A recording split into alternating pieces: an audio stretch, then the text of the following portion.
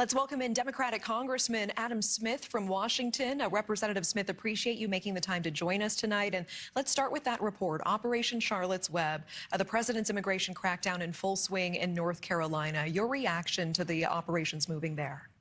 Well, it's very clearly violating individuals' rights. I mean, as you saw in that one case, you've got someone who's a citizen who, just because he looks Hispanic, has his truck damaged and thrown to the ground. And look, I mean, if you want to target people who have committed crimes or who are in this country illegally, fine. But what this is doing is no due process, no protection of individual rights. People, whether you're a citizen, permanent legal resident, you are subjected to this harassment without any due process or probable cause. It's a clear violation of people's constitutional rights, and it's happening all over this country and is being incredibly disruptive to businesses. I was watching when you had President Trump on there lying about inflation. Inflation's higher now than it was last year. A lot of things are contributing to that, but businesses are having a hard time finding workers because they're being terrorized by ICE agents all across the country. There's also the tariff issue and a bunch of other things, but this is deeply troubling, the way Donald Trump is using the Department of Homeland Security without any respect for people's individual rights or the Constitution. Let me ask you a follow-up question about the economy. Our Libby Dean earlier this evening reporting that President Trump will be issuing these $2,000 checks likely in the new year. He is likely doing a tour of the country to talk about the economy ahead of the midterms. What are your thoughts on that? Well, I think you build a strong economy, bribing people with a couple $1,000s off of tariffs that have made it more expensive for them to live. Yeah, I mean, it's like the classic arsonist trying to put out the fire after he started it. I think it'd be far more helpful to build a strong economy so people can get jobs and get paid. But so much of what President Trump has been doing has been moving in the opposite direction on that. And he has not paid attention to inflation and high prices the way he said he was. I mentioned the tariffs. I mentioned the impact on labor because of the immigration raids. There's also the fact that he's been canceling energy projects all across the country, most often to try and target Democrats, canceling projects in so-called blue states. That's driving up the cost of energy. And now we've done nothing about health care, so the cost of people's health care is going to go up.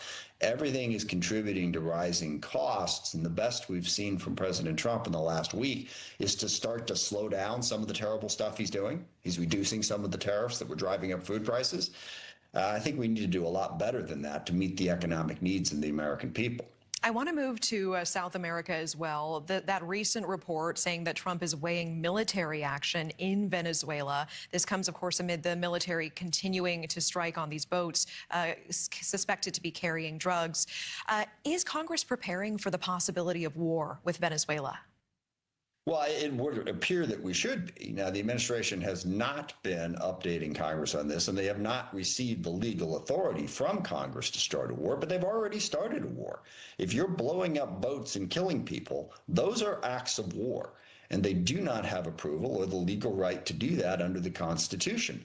And now President Trump is talking about expanding that for what sounds like a regime change operation in Venezuela. Look, there's a lot of bad governments in the world, no question about it. But what the last 25 years should have taught us, regime change doesn't help. It drags the U.S. into a lengthy conflict and rarely leaves us in a better position on the other side of it.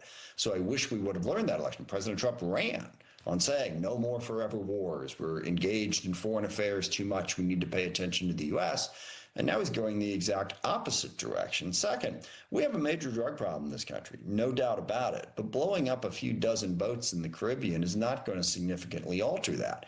It's much more of a demand problem, first of all. And second of all, the drugs will find a way, moving elsewhere. Representative Smith, we're almost out of time, but I have to ask you about the biggest talking point in Washington right now, the Jeffrey Epstein case. I understand thousands of emails released. You signed on as co-sponsor of the transparency bill in the House. What do you want to see in these emails?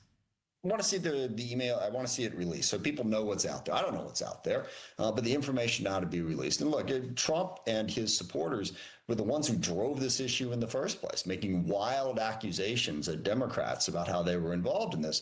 Let's get the files. Well, Congressman, released. Can I ask you? I've heard the point made a couple of times now by GOP panelists on our show. If there were anything in there, if there was a there, wouldn't the Biden administration have weaponized it and found it over those 4 years? What's your response to that? Well, Well, but my response to this, first of all, I didn't like either side sort of trying to weaponize this issue. This should be about the victims figuring out what actually happened, holding people to account, not being political about it. But that's exactly what Trump and the QAnon people have done for the last 6 or 7 years. Look, I don't know what's in this. But Trump is the one who ran for office, and Pam Bondi was talking about, oh, there's all this information in there. It's terrible. It's awful. We should see it.